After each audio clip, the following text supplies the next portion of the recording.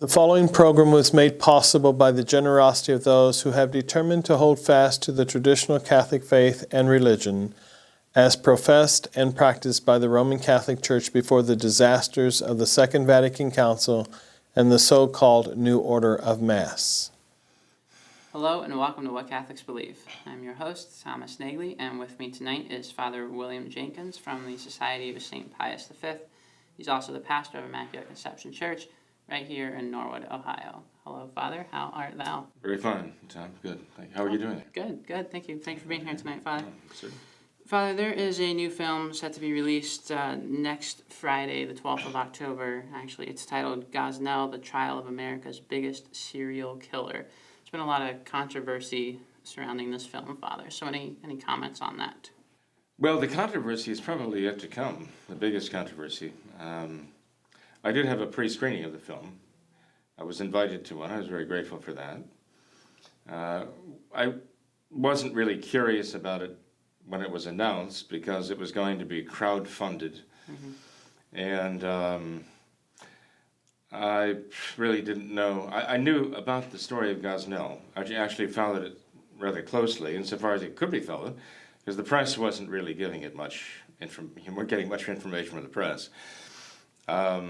But for those who don't know, this Kermit Gosnell, M.D., was an abortion provider, as they called him, in Philadelphia.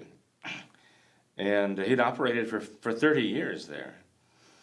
And the health department in Pennsylvania had not only pretty much ignored his operation, but were actually told, allegedly by the governor there, who was a Novoselic Catholic, to leave him alone and just not to stay away from there, not to interfere.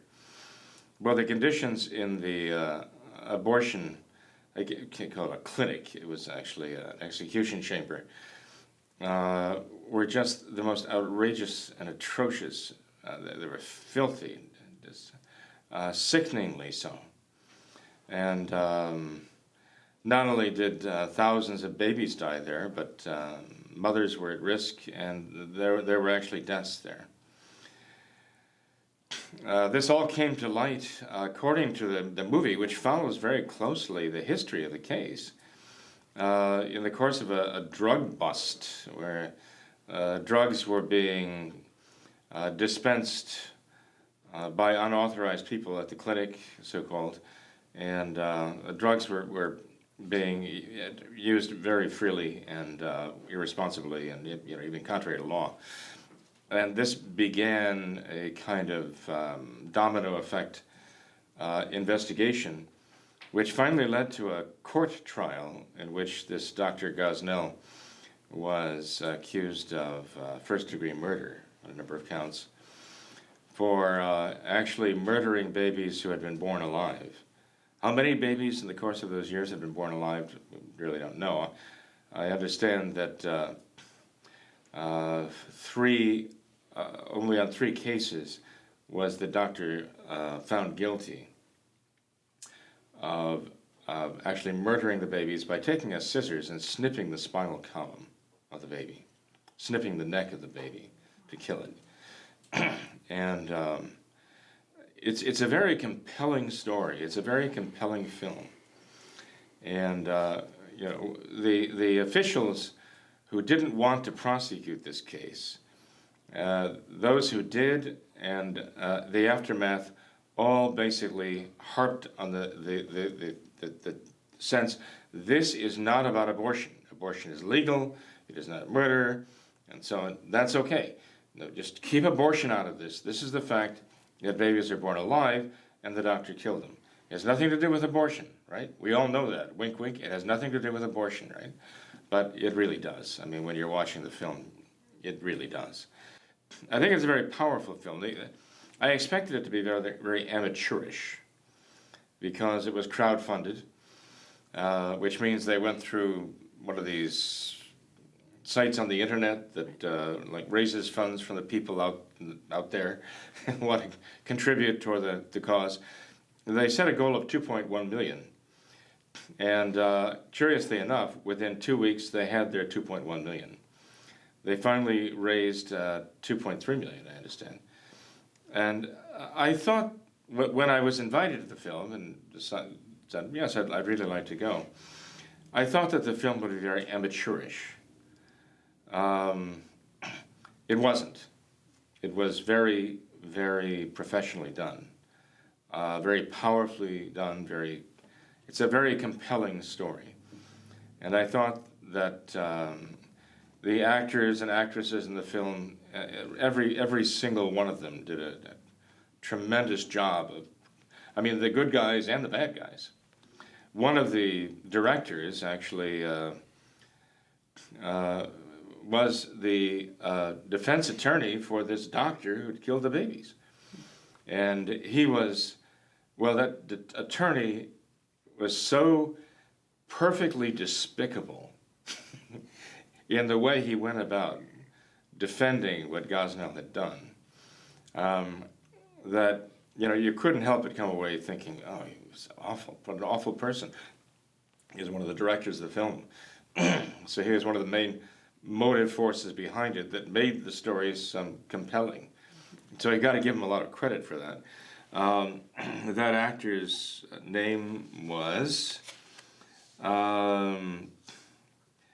let's see, what does it say here? Gives his name here, Circe, right? Nick Circe. In fact, I gather that people in the world would recognize many of the names here because these are actually contemporary actors who've acted in some more or less decent films or programs, and but they all did a fantastic job. And I do have to warn about the film, though. Okay, they don't. The fact that they're not traditional Catholics shows. The movie opens with someone rushing to a wedding. I won't tell the story. I'll just point it out that the bridal dress is very immodest. Okay, not the type of thing we would allow in any church at any time. Okay, but I mean it reflects the modern sense of turning the wedding into a burlesque show, and having no respect for the fact that our Lord is there, or having no respect for the people because the immodesty. But their sense of modesty is not, what it is. I mean, we're looking at a Novus Ordo wedding is what we're looking at, basically. So that tells you something. And so the movie starts with that scene, and it's somewhat distressing because you're not expecting it, and you're wondering, what does this have to do with anything? And as the movie progresses and leaves that behind rather quickly, you realize it really had nothing to do with anything. They didn't have to have that. But in any case, once one gets past that, the story unfolds. Quickly that is forgotten as you get into the story of what actually happened. And the film actually does recreate the scenes of the crime very well. You really get a sense of what was going on in that abortion clinic. The other thing that concerns me, of course, is the language. Again, they didn't have to throw that language in there. I would say, though, that the bad language is used by the bad guys, so you could get the idea, okay, bad people talk like that. And blaspheme, It's not every minute, but it's sprinkled throughout the film somewhat. And, I find myself, when I hear the name of God or Jesus taken in vain, saying, oh, Lord, have mercy on us, or, blessed be the name of God, blessed be his holy name, whatever, and in response to that, and try to turn it into an opportunity for a prayer. But I would say that for grown-ups, and I wouldn't want anybody but a grown-up to see the film, okay, that these things would not be an occasion of sin. And I wouldn't recommend, as I say, anybody who's not an adult seeing the film. Sure. A mature, let's say 11th and 12th grader, might actually benefit from it in the sense that when I say mature, that they're not going to focus on immodesty, and they're not going to be impressed by any blasphemy they hear. They'll react as you or I would, by making an act of reparation to our Lord and adoration of his holy name. But the story, I think, could really impress upon a young adult the evil of abortion and how this must be resisted with every fiber of our being. We have to resist it. It's satanic. And this is the message, I think, that comes through, that this is truly pathological. Abortion itself is pathological. What I would point out, finally, about the story of Kermit Gosnell, by the way, he was found guilty and is now serving a life sentence without parole, is that what is depicted here in this abortion clinic, which operated with no control for all those years and victimized, of course, thousands of babies and mothers and so many others too who were associated, the nurses and everyone who was associated with it. It's a true horror story, but it's like a horror story more horrible than any mere story because it's real. And you know as it's happening, this was real. This is not just the product of somebody's imagination. This is real here. This really happened. And but I would want anybody coming away from this film, Tom, to realize that this was not an exception. I mean, Kermit Gosnell's abortion clinic was not an exception. It is the rule. This is what is done in every single abortuary in the country, in the world. This is the reality of it. Kermit Gosnell had to be prosecuted because he violated almost the omerta of the abortion industry. Don't let people see the blood and gore. When people entered his facility, so-called, I mean, they saw abortion in all of its horror. In other abortion clinics, so I don't like the word clinic because it's in other abortion chambers and so just they hide the blood and gore as much as they can, so you don't see it. They sanitize it, so you don't see the reality of abortion. Kermit Gosnell's great crime, really, was that he let it get out what abortion is really all about. But if you walk into an abortion facility and you see nice, sparkling, clean walls and sparkling, clean floors and nice, clean sheets, and you see all of that, you don't see any of what they saw everywhere in Kermit Gosnell's horror chamber there, House of Horrors. So it really was a house of horrors. At least that's the honest truth about abortion. Those clean walls and those clean sheets and all that, they cover up the reality. They're flushing the blood. They're flushing the... Even Gosnell's House of Horrors would not have come to light, perhaps, if he hadn't had a dispute with his disposal facility, his disposal company that took the bodies and disposed them. So there he is running them down the garbage disposal, right? He's putting them in jars, their feet, and storing them in the refrigerator. If these things hadn't been there, if they'd all been carted away, then he might have been cited with the health department, by the health department, and just moved on. He might still be doing this today. But I want people to understand that what Gosnell was doing is what they're all doing. It's just that the rest of them are better at cleaning up the mess. They're better at cleaning up the scene of the crime. That's a great point to make, Father. You know, with this whole abortion crime, it seems that it's one giant euphemism that they try and employ. There's this movement going on now, this shout your abortion thing that they're talking about, and it's all along those same lines of just trying to create this facade and try and hide what it really is. Like you said, hide all the blood and guts and gore and everything, and instead shout your abortion, make it something proud, happy, joyous occasion, and it's just such a euphemism, it's such a lie. And that tells you that it comes from the devil. Well, they're monsters. They are monsters. They have to be monsters, right? And the ones who lie to themselves and tell themselves, this is not a human being that we're killing here. This is not a human life we're taking.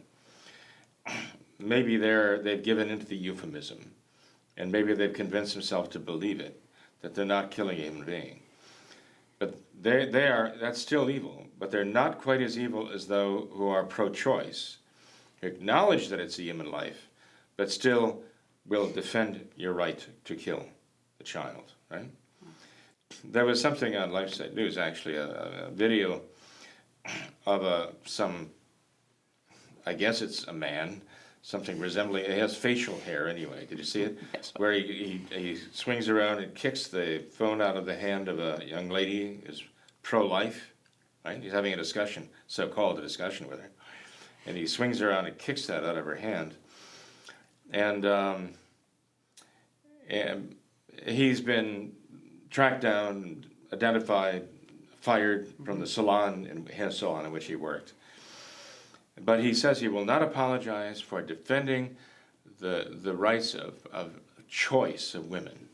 And he will not even apologize to a woman for standing up for the rights of women to choose. Okay?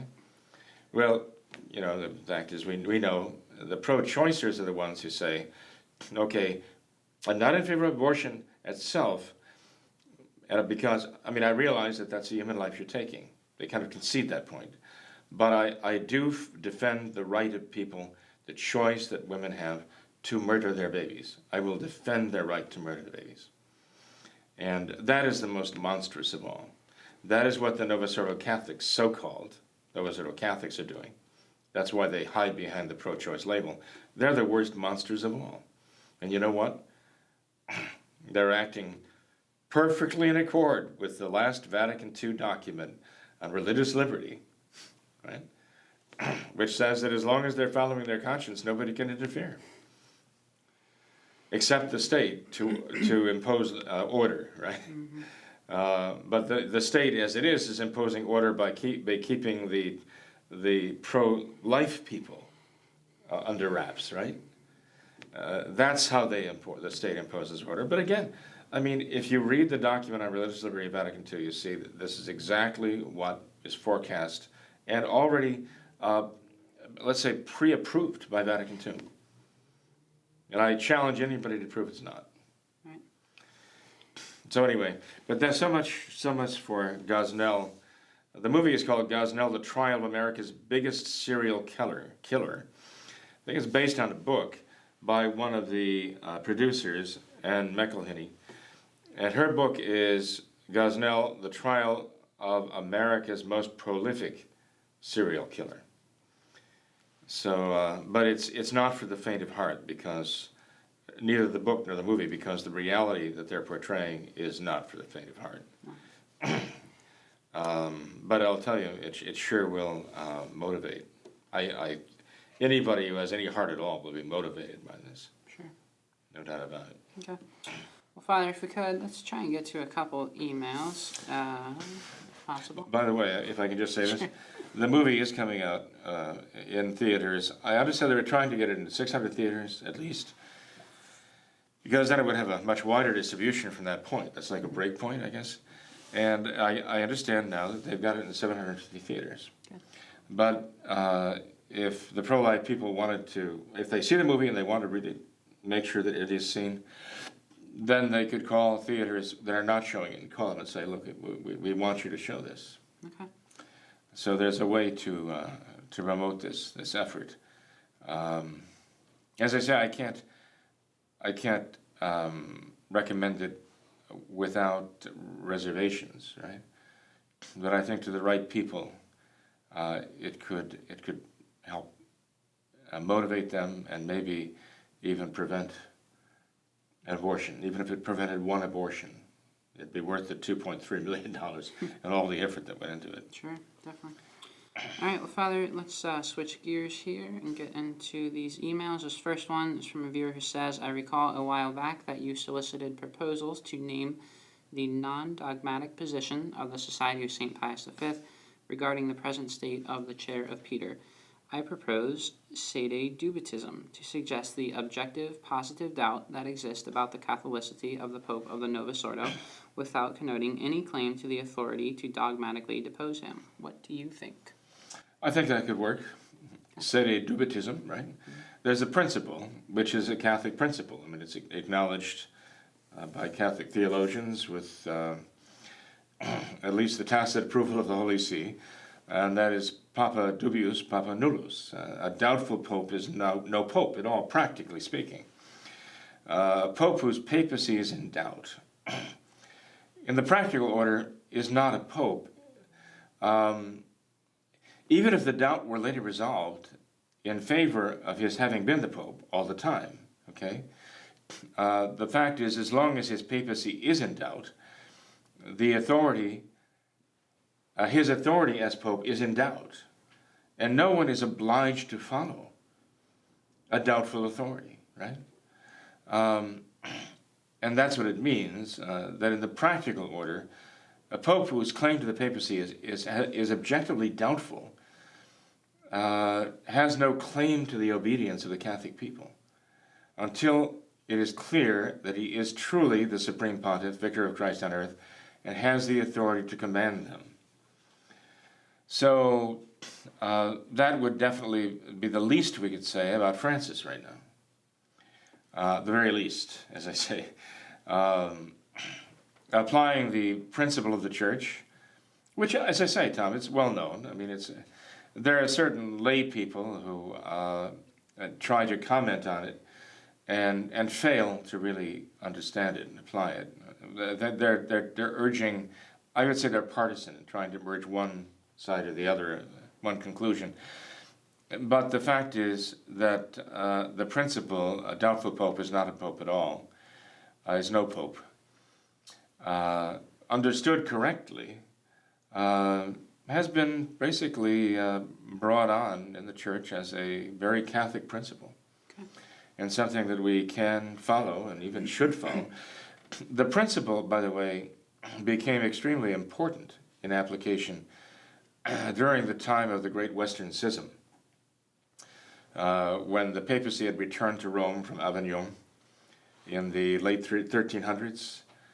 And thanks to the urgency, the agency, if I say, of St. Catherine of Siena, and Pope Urban VI was elected. The French cardinals who elected him then rejected him and went on to elect someone else in Avignon. And then years later, to try to bring about a unity because of the confusion that was reigning between Avignon and Rome.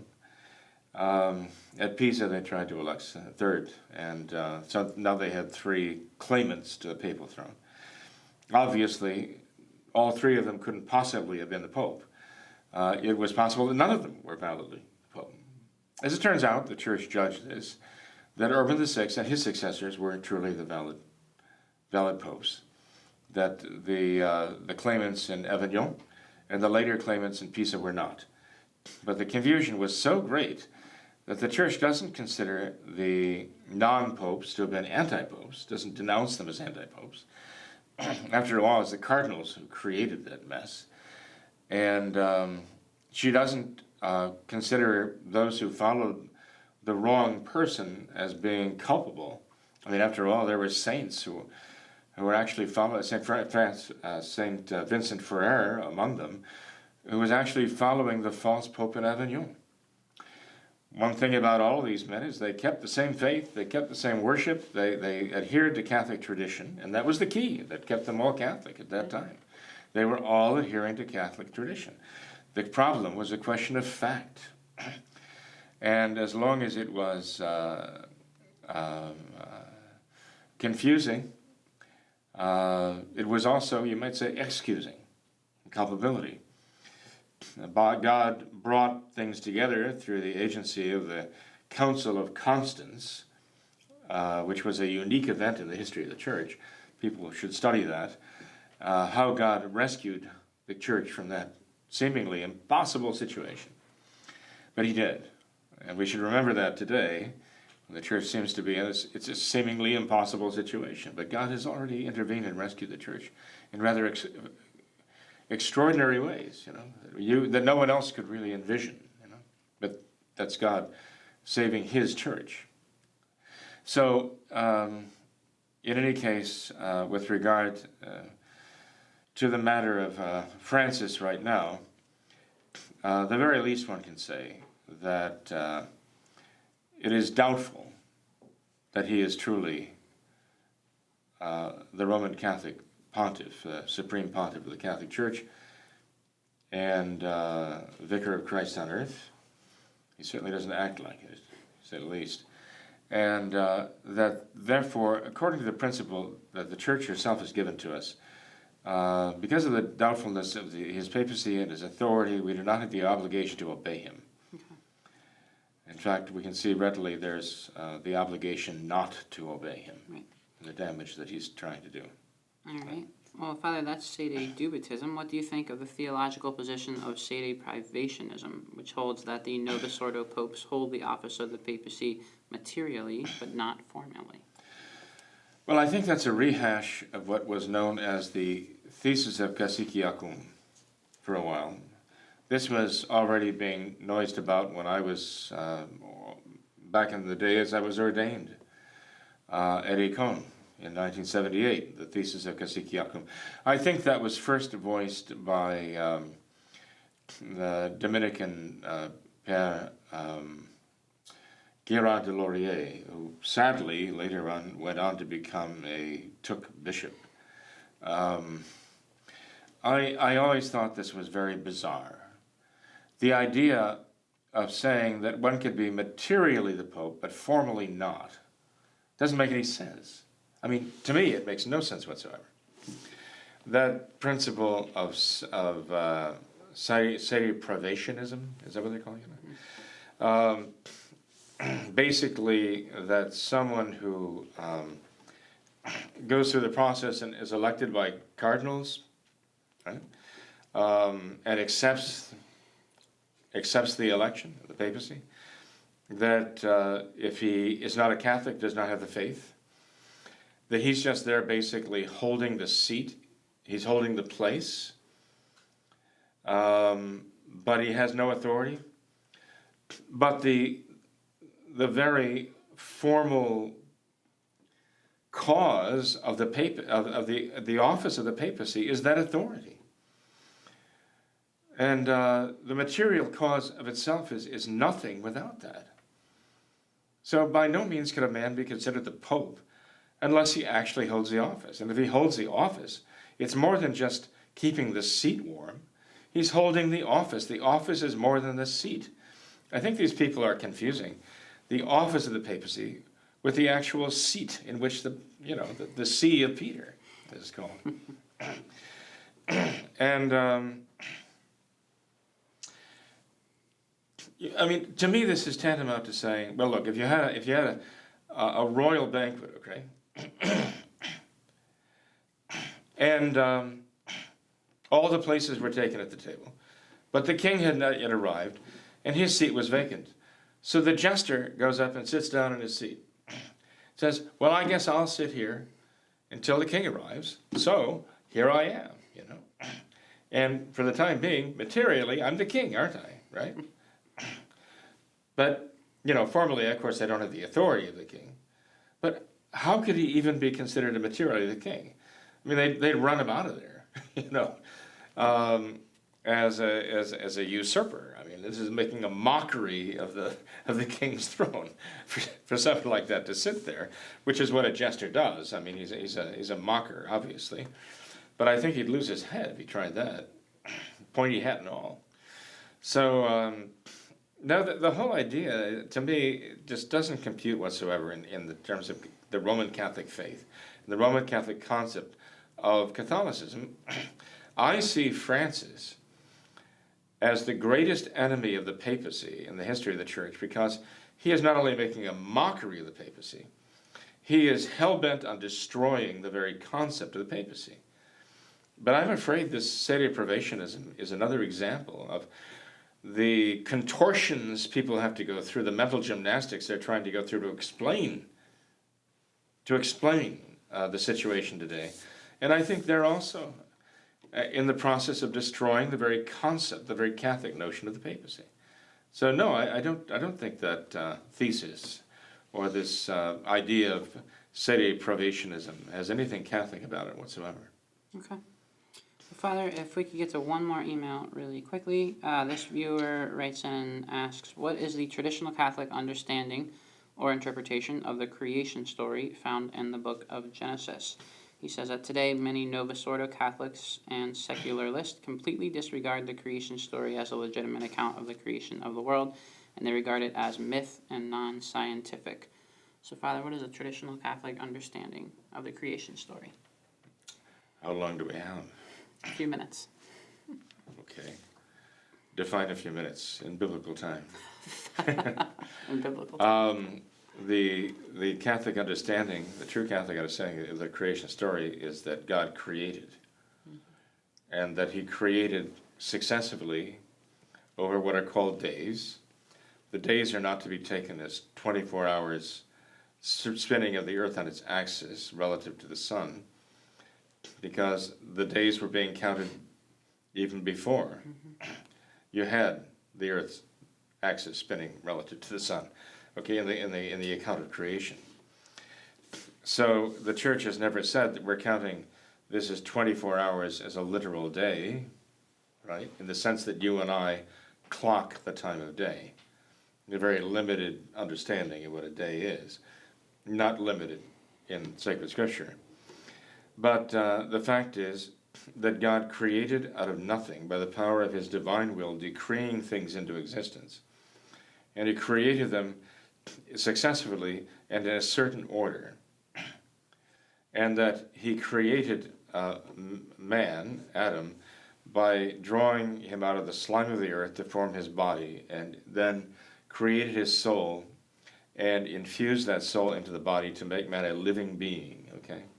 And man is body and soul as we defined him in the Catechism, right? He's a creature composed of body and soul, but he's also created in the image and likeness of God.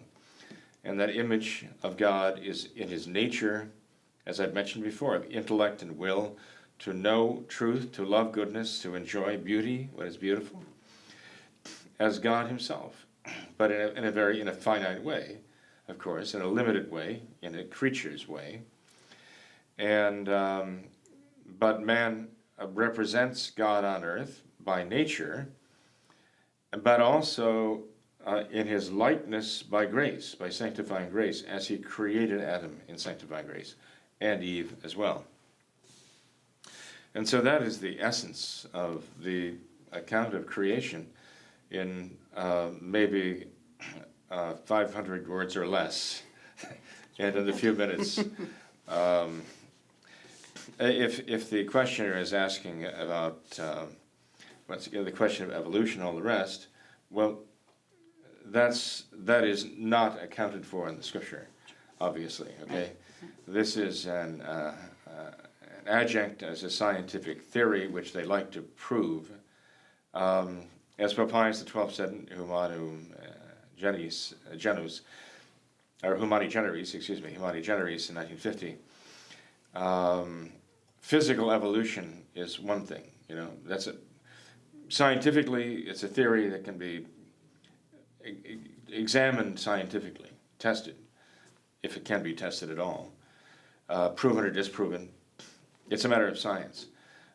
Spiritually, no. He says that's completely off the table. You cannot accept that. The creation of the soul directly by God, and the qualities of the soul as God creates it, that is a matter of faith. That is not something science has anything to say about.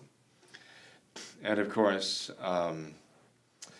we know that the atheists are trying, basically it comes down to that. The atheists are trying to use their hypothesis of evolution to support their materialistic idea of, that there is no God. I mean, this is what Darwin's bulldog, Thomas Huxley, said. Darwin's great contribution was to prove that God was not necessary, right? This is what it's really all about, let's face it. This is what they're really invested in it for.